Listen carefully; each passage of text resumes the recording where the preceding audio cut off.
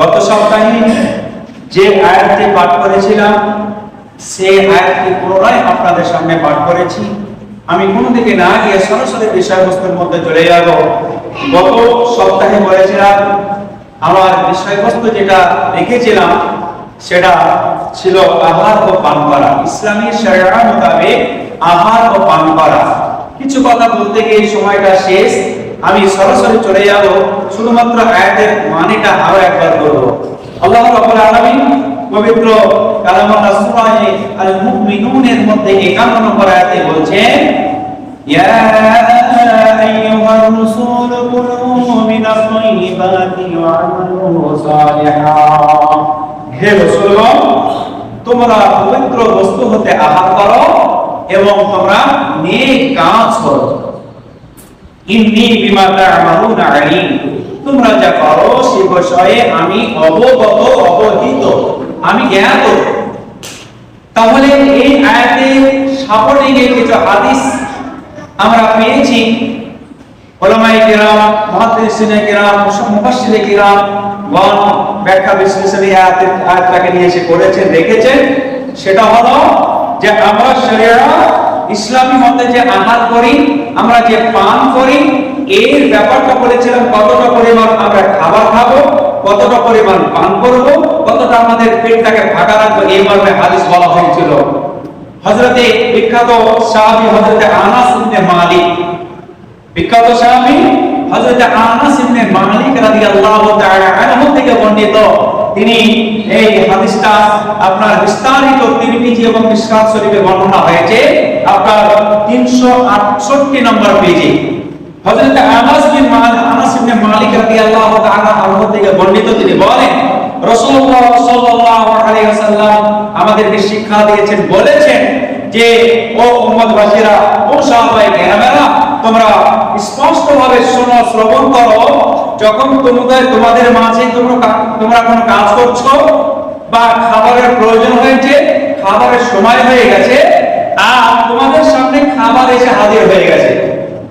মনে করেন আপনার সামনে খাবার এসে উপস্থিত হয়েছে, আপনি কোন অবস্থায় জানেন? আপনি ভালো জানেন। মানুষ সব রকম একই অবস্থায় থাকে না। বাড়িতে সব সময় পাটি পেড়ে বসে থাকে না, খাবারের জন্য সব পেড়ে বসে থাকে না। এক একটা মুহূর্ত, এক একটা স্থানে কাল বিশেষে খাবারের ধ্বংসের প্রয়োজন হয়, না হয় না? প্রয়োজন হয়। যারা কাজ করে মাঠে কাজ করতে গিয়ে যাদের খাবার আসে, তখন তারা কাজটাকে ছেড়ে দিয়ে আলের উপরে বসে হাত পা দিয়ে খাবার খায়। কেউ বিয়ের বাড়ি চলে যায়, যাওয়ার পরে টেবিলে খাবারটা খায়। কেউ বাড়িতে যখন খায়, মেঝেতে বসে, মাটিতে বসে বা পাটি বা সবে বসে খাবারগুলো খায় না।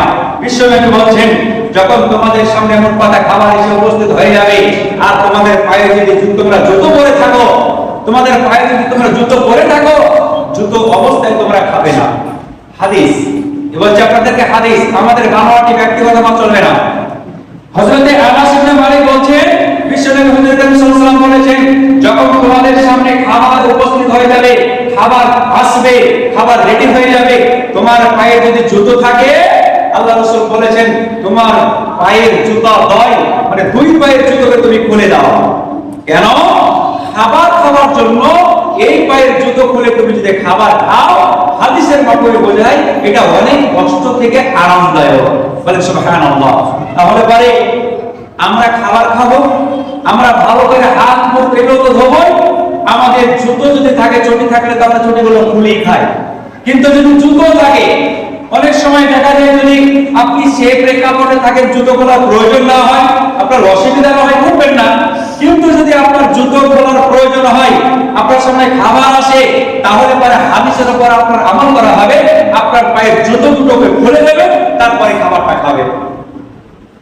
সেই তিরমিজি এবং মিশকাত শরীফ হাদিসটা 368 নম্বর পেজে এসেছে।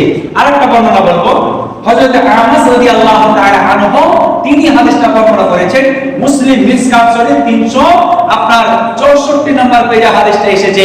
বিশ্বনবী হযরত সাল্লাল্লাহু আলাইহি ওয়াসাল্লামের ব্যাপারে হযরত আনাস বলছেন যে আমি রাসূলুল্লাহ সাল্লাল্লাহু আলাইহি ওয়াসাল্লামকে খাবার খেতে দেখেছি, তিনি দুই হাঁটু খাড়া করে তাড়াতাড়ি খাচ্ছিলেন। অর্থটা কি বুঝলাম? আমার জ্ঞানে হাদিসটা পড়ে আমি যা বুঝেছি, আমার সংকীর্ণ জ্ঞানে হাদিসটার মাধ্যমে এটা বুঝিয়েছে আল্লাহ রাসূল এটা আমাদেরকে শিক্ষা দিয়েছে, যখন আমরা খাবার খেতে বসবো তো আমাদের দুই হাত খাড়া, মানে আপনার এইরকম, মানে এই হাঁটু দুটো খাড়া থাকবে, আর পেটটা আপনার মোড়া বেঁধে বসবো না আর কি। আসন বেঁধে মোড়া বেঁধে যেটা বসে এরকম কষ্টটাকে বলা হয় না, মানে দুই পাটা এই দুই হাঁটুটা খাড়া থাকবে, পেটটা হাঁটুর মাঝে এর মাঝে আপনার কি থাকবে, চাপা পড়ে থাকবে। সুবহানাল্লাহ, আল্লাহ রাসূল ছিলেন মহা জ্ঞানী, মহা বৈজ্ঞানিক, তিনি আমাদেরকে শিক্ষা দিয়ে গেছেন। কেন হাদিসটা বলে সহিহ হাদিস, মুসলিম মিসকাত সহিহ হাদিস, আল্লাহ রাসূল শিক্ষা দিয়ে বলেছেন, যদি তোমরা দুই হাঁটু খাড়া করে খাবারটা খাও, এখন আমরা কিন্তু অনেকে বুঝতে পারবো না, বলে মাওলানা সাহেব শরীর ভারী হয়ে গেছে, ভরি বেড়ে গেছে, যদি দুই হাঁটু খাড়া করে খেতে যায় পিছনে উল্টে পড়ে যাবো, এরকম হয়ে যাবে।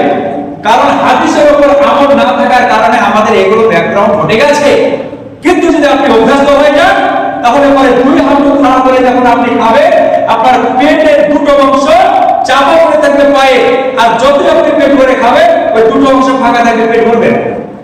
সুবহানাল্লাহ, তাহলে আপনি খাবার যতই খাবেন, খাবার খেতে গিয়ে যেহেতু দুই হাঁটু খাড়া করে খাবেন, ওই পা মানে পেটটা চাপা পড়ে থাকে দুটো অংশ, ওই দুটো অংশ খাবার আপনার মানে যাবে না।